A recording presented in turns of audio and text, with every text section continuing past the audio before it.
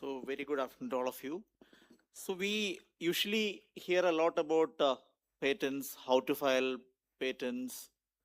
I mean, that kind of thing. This session is on the other side, how to monetize your IP, how to make money from your IP, or how to do technology transfer.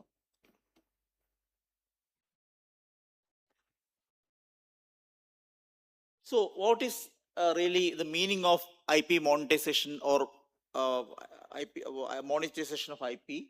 It is turning innovation into revenue. The strategic process of deriving financial value from IP assets. It can be patents, can be copyrights, trademark, and all kinds of IP. How can you create revenue out of that? And revenue generation for R&D reinvestment. Can the revenue generated be invested again for your research and development? Then how does it help in startup formation? Then IP driven entrepreneurship. There are simply, if you have an IP, you can start an entrepreneurship. And then how it can help in national innovation return of investment. And as a commercialization of public funded IP, there are even public funded IP getting commercialized. These are generally the IP commercialization routes. In these IP assets, Yeah. Which one is more monetized in India? Patents, patents of patents course. only. Trademark. I'll come to that one by one. Okay. And I want to leave a question to the forum. What is the difference between a technology license, a patent license, and an IP license? We can make it interactive. Any answers? What's the difference between a technology license? People mess it up. IP license and a patent license. See, something that we give our full assets to somebody. Mm-hmm. We are selling our say our property to somebody. That can be licensing. No. Selling is not licensing. Selling is we give full rights to them. No. But for my question, we have to go to the fundamental. What is an IP? IP is an intellectual property.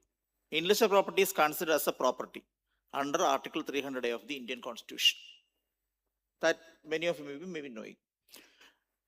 So a property is just like you have a land or a house. How do you sell your property? You write a document, register it with the registration office, then you are selling the entire rights. This is called selling of your IP. Okay, selling of your IP. I didn't say patent. Selling of your IP also. Suppose if you are having a land where a lot of coconut trees are there, you are leasing to somebody so that others can pluck the tree, pluck the coconuts and sell it. This is called leasing. Equivalent to leasing, the term is called licensing. This is the first answer. So whether it's an IP or any other asset, we can license it or sell it. When you sell it, you completely lose all the rights you have. When you license it, you are giving others an opportunity to use it for their financial benefit, but your ownership is not lost. Now comes the second question. When you have selling of patent means what is the name they used? Selling or assignment. Huh? Selling a patent to somebody is called assignment. Assignment. Even selling an IP alone is also called assignment. Assignment and licensing, that's the difference. Now, again, the second question. I told very clearly that IP is this and IPR is something different. IP are the real assets you have. IPR is the legal rights given on that. Both are different. So, is it possible for selling an IP or licensing an IP without getting a patent? That's another question. The moment your IP is created, you have the property. Can you sell the property before a patent is granted? Yes, we can. We can. Can you license it before a patent is granted? Should be possible. Okay. Now, second question. Then that is called IP licensing. Then what is called patent licensing? That is full ownership to them. Exclusive licensing? No. Simply I am asking, Yeah. what is the difference between patent licensing and a technology licensing?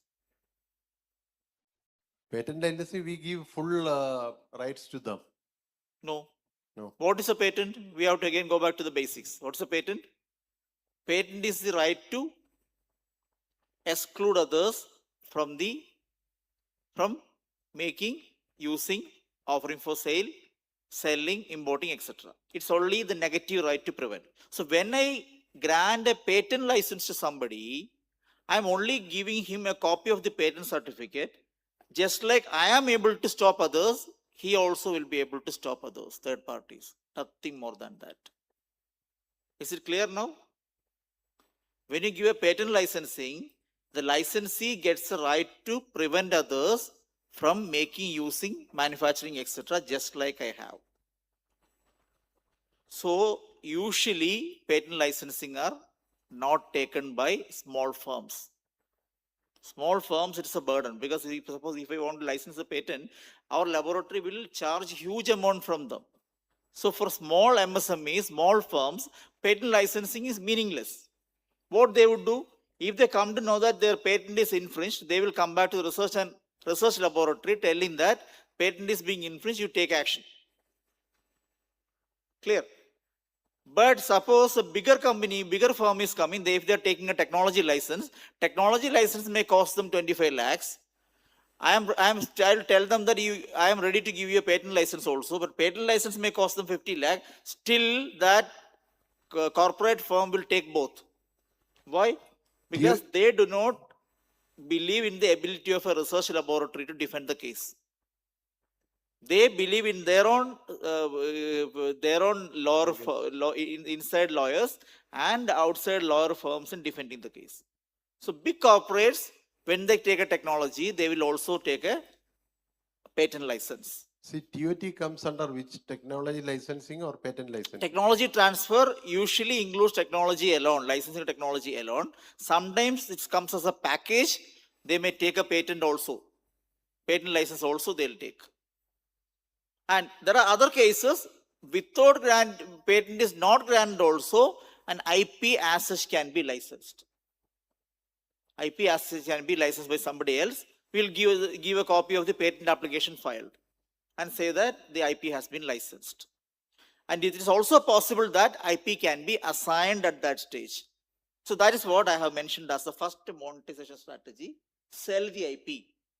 You have come out with a new invention within you in the institute, but you don't want, it's a baby born, but you don't want to feed the baby, you don't want to nurture the baby, you don't have enough fund for that. The easiest way is for you to completely assign to somebody else, legally assign your IP, not IPR, not the patent. I'm saying about an IP which has been created, which has a value, which can be used for making products later. It has not become a technology now. IP is not technology. IP has to transform into technology later. That's a principle. So that IP can be sold. Where? Why we are selling it? It's a baby, just born baby. You have other babies. You have no money to feed the baby, to nurture the baby. You are selling it for immediate cash. And to ensure that future investments are not needed. Yeah, can you give an example? Any example you can take. Once you give it, your rights are taken away. You are completely taking away your rights. But in such cases, you will not license in a core area. It will be in a fringe area only you will do that. Not licensing. I am telling about IP selling as such. Not even the word assignment I am using. Assignment word is used when patent is licensed. It's called patent. Patent is given away. That's called patent assignment. Here I am using the word IP selling as such. So IP selling is you're selling your just born baby IP. You are not going to develop into technology. Maybe TRL 1, 2, you are selling it. If you want to call it as technology, it has to become higher technology transfer level. You don't have money for investing in that. But ensure that such selling should happen only in non-core areas.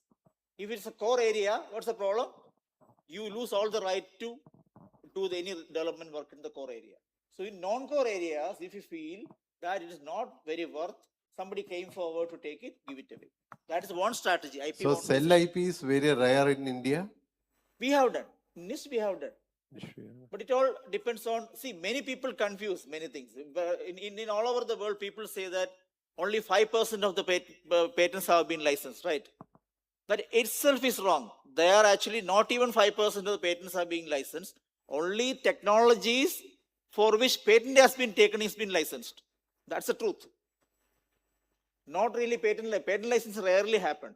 And in software patents, it's somewhat more like a company called ETM Systems do a lot of patent license. They develop something, they take a patent out of that, they sell the patent as such or license the patent as such.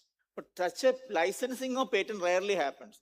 To my knowledge, the only one case happened in CSIR was in NIST Toronto that we did as a patent licensing. So as in India, there is a cell IP I don't is know, very there rare. may be rarest in the rare cases, but people call patent licensing. These are all not patent licensing happening. These are all technology licensing happening. They might have taken a patent for that. Because now you are clear with what is patent licensing. Patent licensing, only you are giving a copy of the patent, telling that just like I have a right to prevent others, you also have the right to prevent. Who will take it? So that is not patent licensing. So what's happening across the country, across the world is technology licensing. That's the point I want to make. Clear? Now, that is one of the areas, sell the IP. And second one, contract research. There are various contract research, like you put up a proposal to DBT, DST, MAT, all kind of sources, you will get money. That's also contract research. But apart from that, you can approach industry and tell them that if you have a problem, we will address that. So that is called mainly contract research, where we should learn about the markets and customers. It's somewhat low risk one. And then customers take major value. Whatever we develop, the product is for them. It is not for us. We do it for them. So they may ask for IP ownership, etc. Limited IP scope for the laboratory, facility and core. What's the advantage of a contract research is, when you put up a proposal for DBT, DST, or MAT, or wherever, you are also purchasing some equipment under that. You are building your infrastructure capabilities. You are also increasing your core competence in an area. That's an advantage for the research laboratory or a startup, whoever it may be. This is an advantage. But when you work for the other kind of project, the second kind of sponsor project kind of thing, that's also listed separately. Not here. Okay. In case of sponsor project, you do it for the industry. Then industry get the benefit, and you cannot own it. Sometimes IP may be owned by the institute, but all the results have to be delivered to the industry. That is it. What is a ground rule? Contract research says somebody is giving full funding, say 5 That crore. is also contract research. Huh. Company giving money for the research and they want the outcome, that is also contract research. Now, in that case, the sharing of IP is how? Sharing of IP will be negotiated. According to the well laid down principles, the fundamental right has to be with the research organization. But then the sponsor will say that we will not fund you if you are not sharing the IP. Either give joint IP or give us the IP, we will not fund you. What can be done? We need fund. And then only when fund comes, research happens. Yeah, there are experience. Sometimes so they finally agree we for. agree. We have to yield. Yeah, joint petition, joint patent is joint also patent, there. joint Sometimes they say patent, that we give us IP, joint IPR. Sometimes they say they should have the full ownership. full IP. At such conditions, what CSIR does is we'll negotiate for almost double the amount. Give more money, then we'll give it for you, because we are using our infrastructure facilities, everything, and manpower for that. So that is another. The third one is joint development. Joint development is the industry will put money, industry will also put manpower sometime. They will also invest intellectually. We'll also invest intellectually. Then joint IP is sure. So that's called joint development. Joint developments are needed in certain cases, especially certain technologies are in TRL1, TRL2. If you do not get a support from outside, we may not be in a position to develop it further. No, just one question again to clarify. Suppose one agency is giving us a fund of say 100 crore, something like that. So the ownership should be with them. What law says, or it should be joint patent. No. See, suppose if the total requirement of fund for the research is say 1 crore, then IP will be normally owned by the research institute. Then suppose if they want joint, then we'll say that you give 1 crore 50 lakhs rupees. And if it is completely ownership by the industry, we'll say give 2 lakh. to 2 crore. It will be negotiated. And if they are not ready to give, we may not accept the proposal. Or can we make it more legally complex, like we have, say, background IPs, so No, that background will IPs will be owned by the respective institute. Their background IP they will own. Our background. that background IPs will also be applied, and it will be used in this particular research, and incremental. No. Finally, the question is, if they do not give the money, that research will not happen. Simple logic. They say that, okay, we are not ready to give the money. So nowadays, government or the government itself tells that you go and get the money from outsiders. They are not even funding. We all know in government institute how much fund crunch we are facing. Then if industry money has to come, we need to yield. Only way we can negotiate is give more money, we'll give the IP.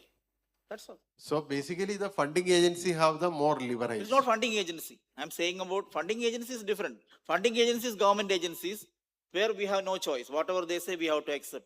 Give IP, we have to say. This is with industries, I'm telling. Startups or maybe big industries where only if they give project, the project will happen. It's not even a proposal.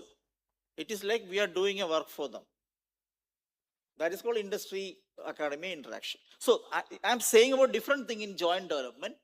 Joint development is something like you have got technology in the TRL 1 or 2 level, the basic level, huge investment of money is needed from outside. And maybe outside support is also needed. They also have to intellectually invest. Then the joint IP is sure, it's not a negotiation thing. Then we need to have risk is shared, and it is complementary, more resources are there. But advantage is it is more faster to the market because somebody who supports it knows the market very well. We have many cases. Recently also we had a case, well, biomedical waste like degeneration on technology we had tied up with a company called BioVastum, finally transferred to some exclusive basis. We finally give the technology exclusive to them. Why? Because they support us in taking it to a technology level. So there's sharing of risk is there. Of course, partners So are tied. CSIR have such a policy that to give exclusive licensing? Yeah, but provider we get huge amount. But technology transfer we got 3.6 crore lump sum plus license fee of 5%. Their business volume will be from next year onwards more than 1,000 crore. Then we will get 5% of that. So it's a good deal. So, Even though we are giving there is specific clauses in the rules. Yeah, we have policy. We can give exclusive also. We can give non. But normally we prefer non-exclusive. But exclusive can be preferred in cases where somebody tied up with us, along with us, we together develop. That is a joint development. Yeah, in CDAC also we have some similar scheme in I think you are IOO, yeah, in yeah. Intent of Association. So in such cases, it's fine. Strong marketing partner is there with a technology gap. He identifies technology gap. Value chain synergy is there. And then IP synergy. So initially IP is created. Finally, that will go to technology. Not in the beginning. So this is not technology transfer. This is joint development. Now comes licensing of technology. Licensing of technology mostly happens when research laboratory makes the technology to a level, then license it. All by its own investment, all by its own effort. We ensure that technology transfer has reached a level of TRL 8, 9, or at least 7. Then we think of licensing it. This is called technology transfer. Here, multiple applications, value maximization. It's a low risk asset. Risk is very less. Here, risk is very high because we are not sure about the result. Here, on technology developed, we are sure about the result, but finding a market partner, finding a technology customer may not be easy. That depends on your marketing skill. But risk is very less because technology is already developed. Then we have to give it on whether exclusivity or non-exclusivity. Normally, this kind of technologies we transfer only on non-exclusive basis because we are sure that we are going to get more clients. All these cases. And partner has the capabilities across value chains. All is advanced. Then another thing which is happening is called spin-off and incubation. You may be knowing what is spin-off. Spin-off is there is a technology which happened to be in a laboratory, and then from that technology, the laboratory has decided to start their own company to commercialize it. That's called spin-off. So they can make their own company and company exclusively for marketing that particular technology. In the sense, not a technology as a product. They make the product and market it. That is called spin-off companies. Spin-off. So spin-off companies are also happening. Then another revenue option is incubation happening. Incubation in the sense, incubation mostly everybody knows. If someone comes with an idea and the research laboratory can support in converting that into a level of technology. Or they can come and take a technology from the research institute, on technology from the research institute, then convert that into a product. And only thing, you need to give them space for sitting and also give them all the equipment support, all the facilities you need to give. That is what happening in incubations. For each institute, incubation means a different idea. For CDAC, the incubation may be different. For CSR is concerned or NIST is concerned, incubation word may be different. Apart from that, we have other sources of revenue, non-translation. Is there any common laws that guide in patent laws or anything? Patent law? Patent or IP laws of See, everything is passed based by on Parliament? usual IP law, patent law, trademark law, all the general laws apply. This can only be guidelines for the institute. Guidelines, policies, whatever it may be, you can frame. In CDAC doesn't have, CDAC can frame make a committee. I think you have already made a committee. Committee has not sit down. So committee has to create the guidelines. One guideline document has to be made. So now, these are all called translational revenues. But there are non-translational revenues, but there are revenues. One is a consultancy project. Consultancy project is, apart from a contract project or sponsored project, consultancy project only look at the expertise of the people in the laboratory. There are some persons having certain capabilities. They're able to use that knowledge for different applications to any number of people. So it's just the expertise which is being utilized. Sometimes it can be purely advisory in nature. Sometimes it uses equipments in the laboratory or facilities in the laboratory. These are all called consultancy. These are but never called translational revenue because there's no translation happening. Then technical services project. There may be some small technical input only need to be given by the concerned scientist. Small amount only will come. Sponsor project may be for lakhs of rupees. This may be for 1 lakh rupees, 2 lakh rupees.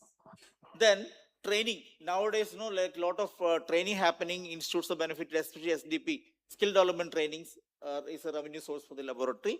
Testing. Most of the laboratories have in a lot of equipments. So that equipments can be marketed and whoever come for using it can be given a share of that. So these are the general picture of business opportunities for a research. When we look into it specifically. See, this is one principle evolved across the world. Till 1960 and all, these industries were working separately and the research institutes also were working separately. Nobody found a need for integrating. Need came because setting up an R&D laboratory is very costlier. It can only be afforded by large corporates like Johnson or whoever, bigger companies only will be able to set up R&D laboratory. So what will be that? What will the small laboratory startups will do? They have to utilize the facilities in the R&D laboratory. This is an area where we are all focusing on. Let the startups come, either sit and get incubated, or just come and give a sponsored project, get the output result they want, take a consultancy project, whatever they want, or come and use the equipment for an amount. So this is how the laboratories which have huge number of equipments can support the industry. Now the same thing when you need to... In the previous slide, after 96, what happened? The golden age of R&D organization. That is because of all things matured somewhat. The golden age happens because this balance, a lot of outsourcing happened from that. Okay. Now it is more. Now